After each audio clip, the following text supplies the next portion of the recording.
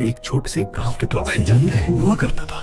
गांव के लोग उस जंगल से डरते थे क्योंकि वहां एक डरावनी चुड़ैल जादूगरनी रहती थी। लोग उसे काली विद्या के नाम से जानते थे। कहते हैं कि वह सैकड़ों सालों से जीवित थी और उसकी शक्तियां इतनी प्रबल थी कि वह किसी को भी अपने वश में कर सकती थी।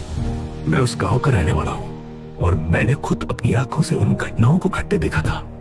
गांव में कई कहानियां प्रचलित थी कि जो भी जंगल में जाता वो कभी वापस नहीं आता, लेकिन कोई जानता था कि चुड़ैल का असली मकसद क्या था।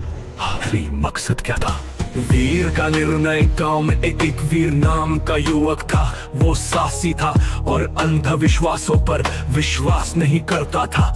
एक दिन उसने निश्चय किया कि वो इस रहस्य से पर्दा उठाएगा। उसने अपने पिता की तलवार उठाई और जंगल की ओर चल पड़ा। मैं भी उसके साथ जाना चाहता था, लेकिन उसने कहा, ये मेरा कार्य है, मैं अकेला ही जाऊंगा। मैंने देखा कि जैसे ही वीर जंगल में पहुंचा, हवाएं तेज हो गई और पेड़ अजीब तरह से हिलने लगे। मैं दूर खड़ा ये सब देख रहा था।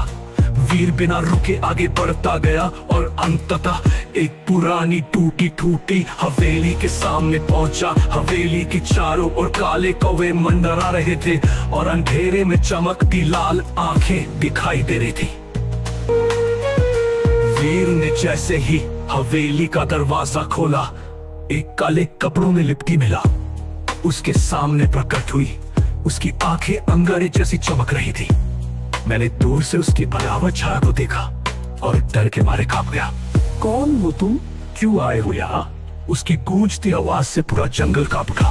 वीर ने बिना डरे कहा, मैं यहाँ ये जानने आया हूँ कि तुम गांव वालों को क्यों डराती हो। तुम्हारा असली मकसद क्या है? चुड़ैल की हंसी हवेली में गूंज उठी। तुम नहीं जानते कि मैं कौन हूँ। मैं इस धरती पर सैकड़ों सालों से हूँ। इस गांव ने मुझे धोखा दिया था और अब मैं बदला ले रही हूँ।